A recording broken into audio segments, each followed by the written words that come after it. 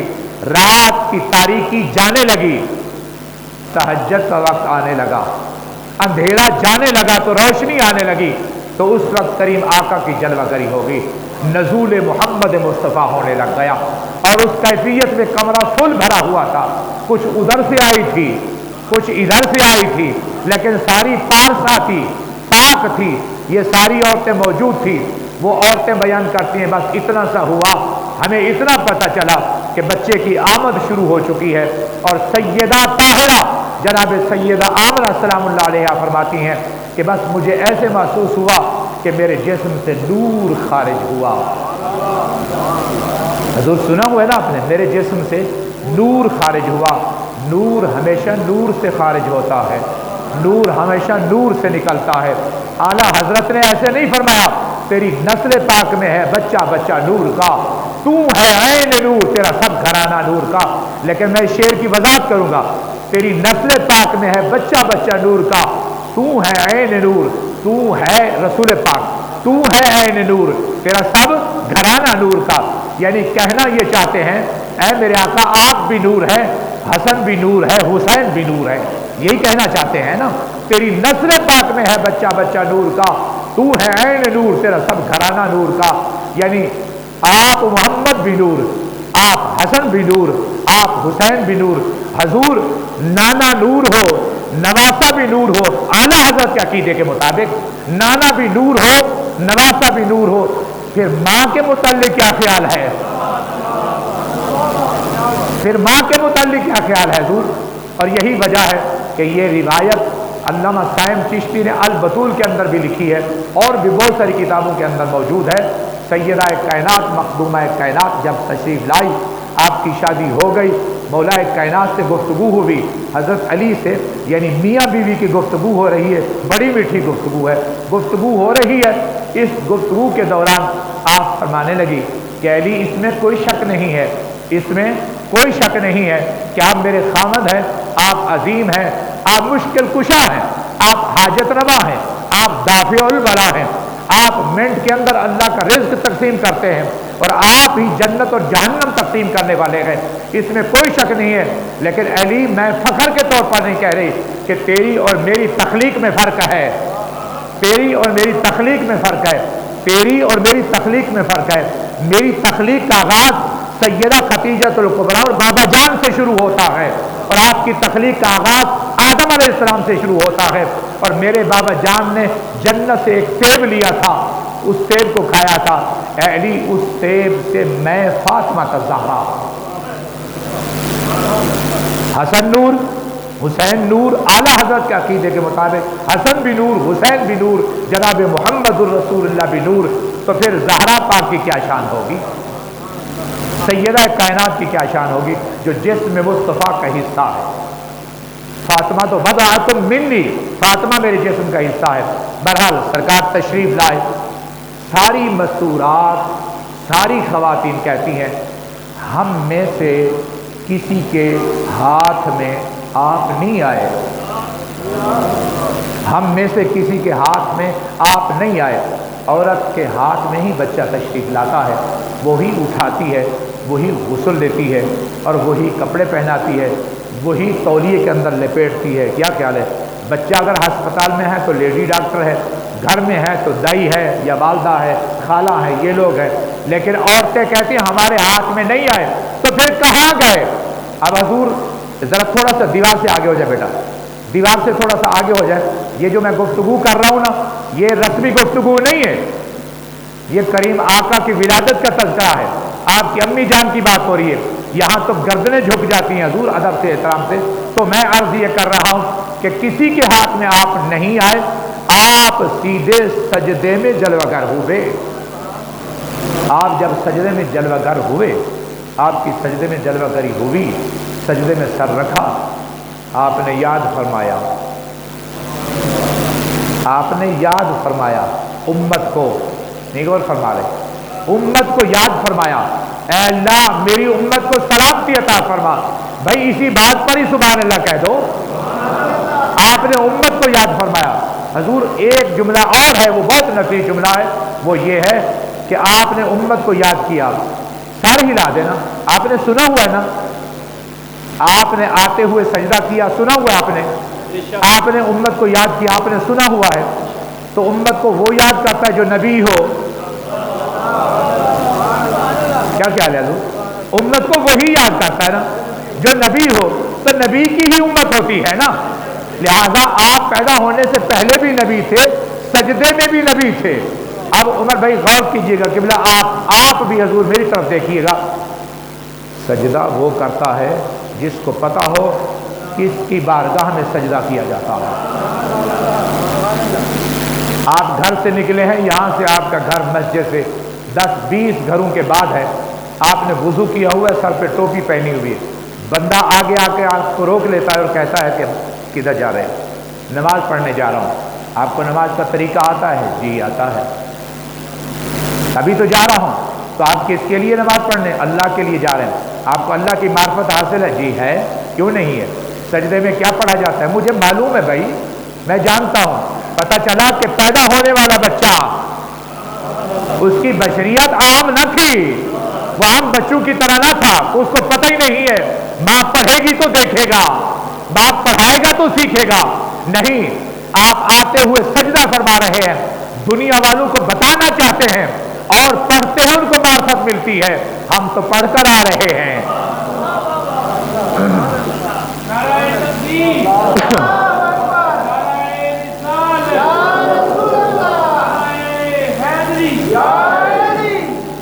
ہم تو پڑھ کر آ رہے ہیں.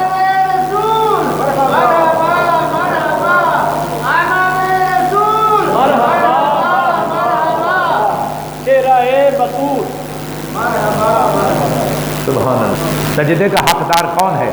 سجدہ کس کیفیت کے ساتھ کرنا ہے؟ سجدہ کر دیا آپ نے.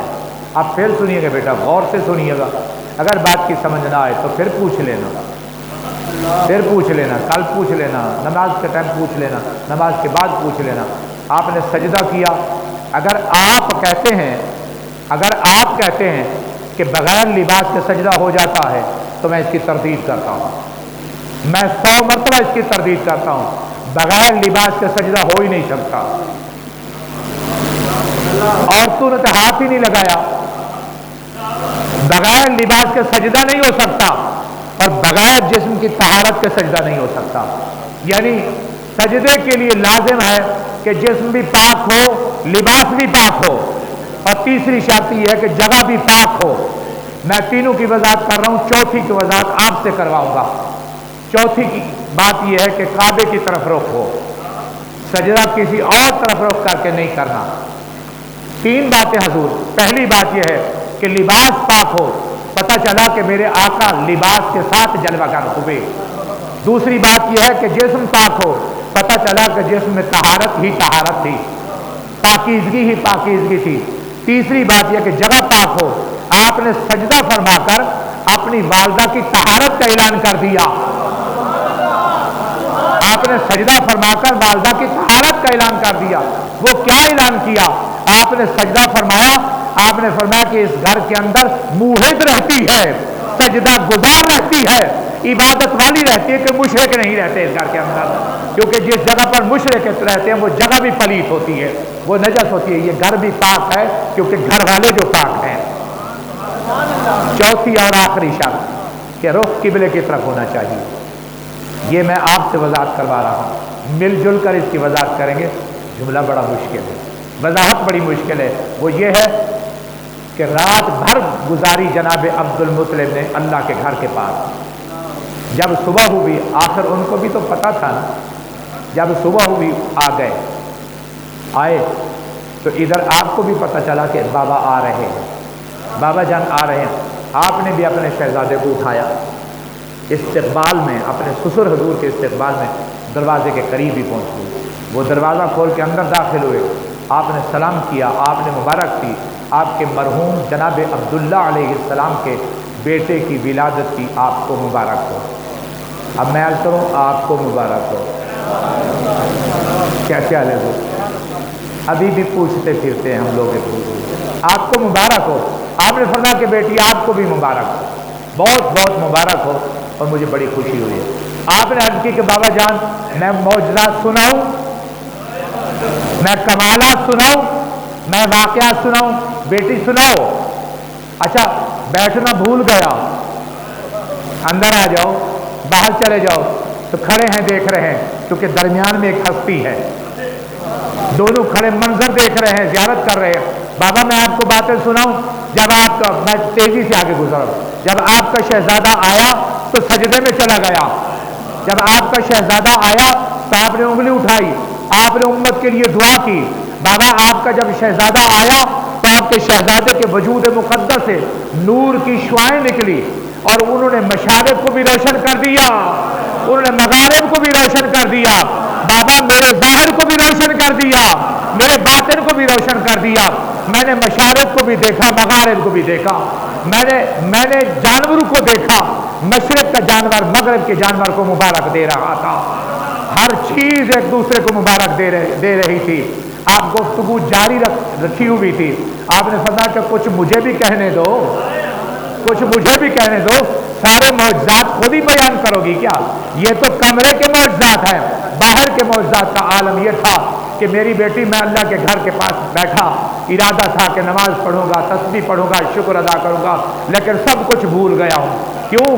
اس لیے کہ کبھی کعبے کی اس دیوار سے آواز آئی، کبھی اس دیوار سے آواز آئی، کبھی حجر اسود سے آواز آئی، کبھی اس کے دروازے سے آواز آئی، یا اللہ تیرا شکر ہے، یا اللہ تیرا شکر ہے، آج وہ ہستی آ رہی ہے جس نے مجھے پاک کر دینا ہے، آج وہ ہستی آ رہی ہے جس نے مجھے پاک کر دینا ہے۔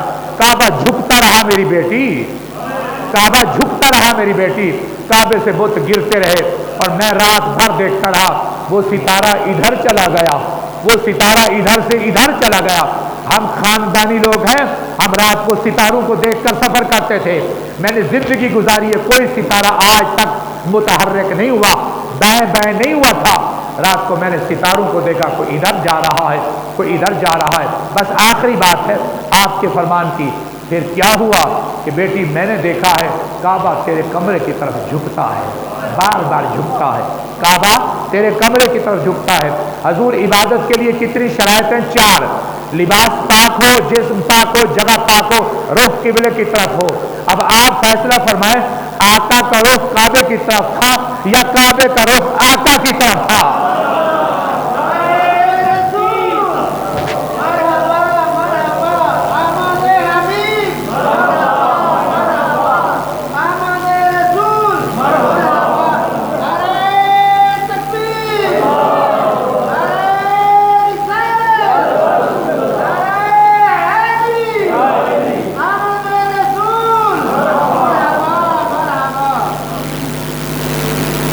یہ حقیقت ہے کہ نہیں؟ کیا ہے؟ یہ حقیقت ہے۔ سنیے میں ذمہ داری سے کہہ رہا ہوں، یہ جگہ بڑی متبرک بھی ہے، مقدس بھی ہے، اور بڑی ہی نزاکت والی جگہ ہے، اس کا خیال رکھنا پڑتا ہے۔ یہ پل صراط ہے، یہ ادھر گیا تو گیا، ادھر گیا تو گیا، سیدھا رہا تو سیدھا کام ہے، ٹھیک ٹھاک سیدھا۔ یہ بڑی مقدس جگہ ہے۔ میں نے جو کچھ آپ کو گفتگو سنائی ہے یہ ہمارے علماء کرام سناتے بھی ہیں، لکھتے بھی ہیں، کتابوں میں موجود بھی ہیں، کچھ قرآن کی تفاسیروں میں، کچھ سیرت کی کتابوں میں، کچھ تاریخ کی کتابوں میں، کچھ قرآن پاک کے علاوہ حدیث شریف کی شرح کے اندر شارحین حدیث میں، پھر کچھ اکابرین میں، شیخ عبدالحق محدث دہلوی۔ حضور اللہ تعالیٰ آپ کو سرکار کی خوشی میں خوش ہو کر خوشی منانے کی توفیق عطا فرمائے، خوش ہو کر خوشی منانے کی توفیق عطا فرمائے۔ یہ جس ہستی کا ذکر ہوا ہے نا، شیخ عبدالحق محدث دہلوی، شاہ عبد الرحیم محدث دہلوی، تو یہ بڑے ہی لوگ تھے، بڑی ہستیاں تھیں۔ ان میں سے ہمارے ایک بزرگ محدث دہلوی رحمۃ اللہ علیہ ہر سال سرکار کی خوشی میں میلاد کا اہتمام فرماتے تھے، ہر سال اہتمام کرتے تھے۔ حالات بدل جاتے ہیں، بندہ غریب ہو جاتا ہے، پتہ نہیں چلتا، حالات خراب ہو گئے، حالات خراب کی وجہ سے آپ نے فرمایا کہ اب میں سرکار کی شان کے مطابق سرکار سے میلاد کا اہتمام تو نہیں کر سکتا، پھر کیا کرو؟ خیال آیا کہ میں اپنی یہ ٹوپی شاید قیمتی ہوگی، تو آپ نے فرمایا کہ یہ ٹوپی بیچ دیتا ہوں، بکنے والی بھی ہوگی۔ آپ نے ٹوپی بیچ دی، اور بیچنے کے بعد جو درہم ملا، جو دینار ملا، جو سکہ ملا وہ لیا۔ اتنا تھا کہ اس سے باقی کوئی چیزیں نہیں خریدی جا سکتی تھی۔ بھنے ہوئے چنے خریدے، بھنے ہوئے چنے خریدے، اور چنے خرید کر گھر میں رکھے، رکھ کر آپ سوچنے لگے، کہنے لگے کہ یہ تو سرکار کی شان کے لائق نہیں ہے۔ پھر روتے ہوئے ہاتھ اٹھایا، ختم پڑھا، ہاتھ اٹھایا، دعا مانگی، سو گئے۔ لیکن مقدر کا سکندر تھا، مقدر جاگ اٹھی۔ کیا دیکھتے ہیں؟ رات کو سرکار دو عالم تشریف فرما ہے، اور آپ کے سامنے مختلف قسم کے کھانے پڑے ہوئے ہیں، پھل پڑے ہوئے ہیں، ڈرائی فروٹ موجود ہیں، روسٹ موجود ہیں، قورمہ ہے، بریانی ہے، ہر چیز ہے۔ ان کے درمیان ایک چھوٹا سا کاغذ ہے، کاغذ پر چنے پڑے ہوئے ہیں، اس پر چنے پڑے ہوئے، باقی میوہ جات سب کچھ، سارا کچھ بڑا موجود تھا۔ اور آپ دیکھ رہے ہیں، یعنی آپ سے مراد کریم آقا، آپ دیکھ رہے ہیں وہ سارے منظر کو، میں دیکھ رہا ہوں۔ کریم آقا کیا دیکھ رہے ہیں؟ میری نظر بھی پڑ گئی کہ چنے پڑے ہوئے ہیں۔ مجھے ایک تو خوشی یہ ہوئی کہ میرے چنے بھی پہنچ گئے ہیں، پہلی خوشی تو یہ ہوئی کہ چنے پہنچ گئے۔ پھر میری خوشی کی انتہا نہ رہی، پھر میں نے کیا دیکھا؟ سرکار نے آگے ہاتھ بڑھا کر وہ چنے والا جو کاغذ تھا اس کو اٹھایا، اس کو اپنے سامنے رکھ دیا، باقی سب کچھ پیچھے پڑا تھا، آپ نے آگے رکھ دیا۔ اب یہاں رسول پاک سے پوچھنے والے نے پوچھا خواب میں، کہنے لگے یا رسول اللہ، یہ باقی جو پھل پڑے تھے، باقی جو کھانے پڑے تھے، آپ نے ان کو پسند نہیں فرمایا، آپ نے ان کو پسند فرمایا۔ فرمایا کہ مجھ سے محبت کرنے والا ہے۔ بڑا پریشان تھا، غربت نے گھیر لیا تھا، لیکن اس نے عشق اور محبت میں خلوص کے ساتھ، عشق اور محبت میں خلوص کے ساتھ یہ چنے ہی میری بارگاہ میں پیش کر دیے ہیں، مجھے اس لیے تمام سے یہی پسند آ گئے ہیں، میں نے قبول کیا ہے۔ تو حضور توجہ ہے نا، نہیں غور فرمایا۔ پھر وہ کمال کا واقعہ ابو لہب کے متعلق قرآن پاک کی صورت ہے۔ ابو لہب اور اس کی بیوی دونوں خطرناک دشمن تھے، مر گئے، ہلاک ہو گئے۔ ابو لہب کی ایک لونڈی کنیز تھی، کنیز کا نام تھا عربی میں صویبہ، اردو میں ہم اس کو صوبیہ کہتے ہیں، صوبیہ۔ وہ رسول پاک کی ولادت بعد سعادت والی جگہ پر آئی، سرکار کو دیکھا، دیکھ کر چلی گئی، اور جا کر خوش ہو کر اپنے آقا، اپنے سردار ابو لہب سے کہا، میرے آقا آپ کو مبارک ہو۔ کس بات کی؟ آپ کے مرحوم بھائی عبداللہ کا بیٹا پیدا ہوا۔ خوش ہو گیا، اس نے کہا کہ ٹھیک ہے، پھر جا، تو آزاد ہے، یا تو آزاد ہے۔ اس نے انگلی سے اشارہ کیا کہ جا تو آزاد ہے، یہ تو کافر کا مزاج ہے، یا تو آزاد ہے، تجھے میں اپنے بھتیجے محمد کی ولادت باسعادت کی خوشی میں آزاد کرتا ہوں۔ پھر اس کے بعد رسول پاک نے اعلان نبوت فرمایا، اس نے دشمنی کی، 13 سال مکے میں دشمنی کرتا ہوا مر گیا۔ پھر اس کے بعد ان کو ان کے سگے بھائی جناب عباس نے خواب میں دیکھا، جناب عباس نے خواب میں دیکھا۔ کیا دیکھتا ہے؟ ابو لہب کیا ہوا؟ بڑی بری حالت ہے، کیونکہ میں دشمنی میں مرا ہوں، بڑی بری حالت ہے۔ ہاں، جب پیر کی رات آتی ہے، حضور پیر کے لفظ سے میں نے گفتگو کا آغاز کیا تھا، جب پیر کی رات آتی ہے تو تھوڑا سا عذاب کم کر دیا جاتا ہے، جس کو تخفیف ہو جاتی ہے، کم ہو جاتا ہے، اور اسی کے ساتھ ہی یہ انگلیاں خود بخود، یہ ہاتھ خود بخود اٹھ کر میرے منہ کی طرف آتا ہے، میں وہ انگلیاں منہ میں ڈال لیتا ہوں، پانی نکلنا شروع ہو جاتا ہے، میں چوسنا شروع کر دیتا ہوں، راحت مل جاتی ہے۔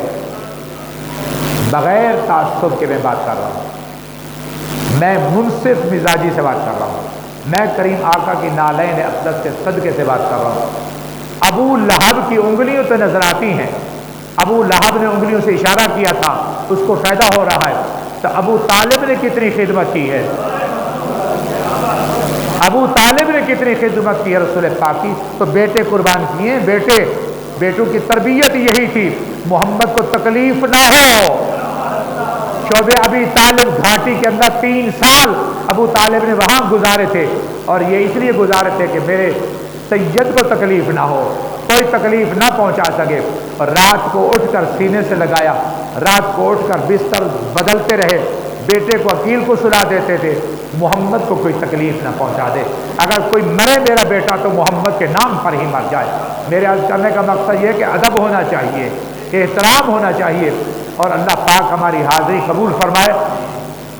ضرور سرکار کے میلاد کا اہتمام کیا کریں۔ میں نے 3-4 سال پہلے عرض کیا تھا، ضرور جی ضرور اہتمام کیا کریں۔ اتنا نہ ہو سکے تو کم سے کم جلیبیاں لے کے بانٹ دینا، کیا خیال ہے؟